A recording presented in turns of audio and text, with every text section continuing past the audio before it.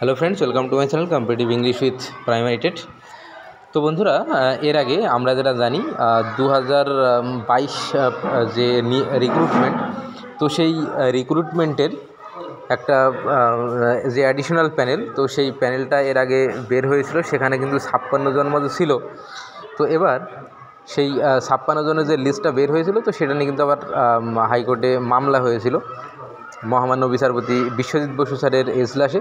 তো এর আগে আমি বলেছিলাম, তো আজকে কিন্তু মামলাটা শুনানি ছিল। তো সেখানে কি উঠে এলো, তো সেই বিষয়টা নিয়ে কিন্তু আজকের আলোচনা। তো চলো আমি বলি। দেখো, তো প্যানেলটার বর্তমান যে অবস্থা, এটা নিয়োগটা যে কতদূর গড়াবে সেটা নিয়ে কিন্তু এখন সংশয় দেখা দিয়েছে।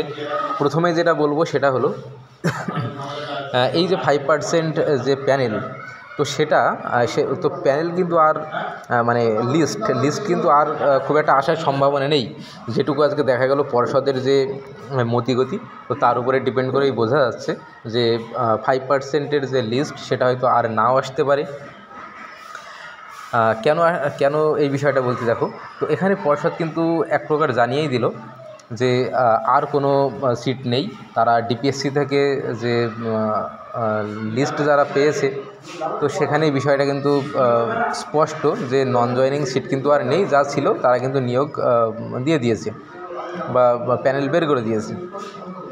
তবে এই যে তাদের যে বিশ্বাসযোগ্যতা, পর্ষদ যে বলছে আর কোনো নন জয়নিং সিট নেই, তো এটা যে কতটা অথেন্টিক, তো সেটা জানার জন্যই বিচারক কিন্তু বলেছেন যে ডিপিএসসিগুলোকে যে তাদের একটা রিপোর্ট জমা করতে হবে যে সত্যি নন জয়নিং সিট আর নেই। তো এই যে বিষয়টা উঠে আসছে, তো এই বিষয়টা থেকেই বোঝা যাচ্ছে যে আর হয়তো লিস্ট না আসতেও পারে।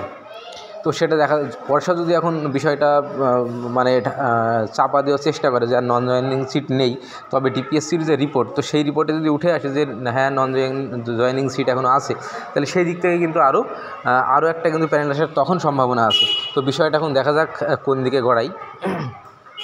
আচ্ছা, আর একটা বিষয় যেটা রয়েছে যে এই যে প্যানেলটা এখন মহা বিপদে। আমি কেন বলছি, তো আমরা এখন জানি যে একটা ওবিসি মামলা কিন্তু সুপ্রিম কোর্টে রয়েছে। তো যার আজকে শুনানি হয়নি, শুনানি কিন্তু এই চলতি মাসের 28-29 তারিখে রয়েছে। তো এই যে যেহেতু ওখানে ওবিসি ক্যান্ডিডেট রয়েছে এই প্যানেলের মধ্যে, 56 জনের প্যানেলে বেশিরভাগই ওবিসি ক্যান্ডিডেট। তাহলে এই ওবিসি ক্যান্ডিডেট যেহেতু এখন মামলা চলছে, তাহলে এই ওবিসি ক্যান্ডিডেট যারা 5% প্যানেলে রয়েছে, তো তাদের কি করে নিয়োগ হয়, এই বিষয়টা তুলে কিন্তু বিচারপতি বিশ্বজিৎ বসু স্যার উনি কিন্তু প্রশ্ন তুলেছেন। তো সেই কারণে এই নিয়োগও কিন্তু এখন আপাতত একটা স্থগিত থাকার মতোই অবস্থা।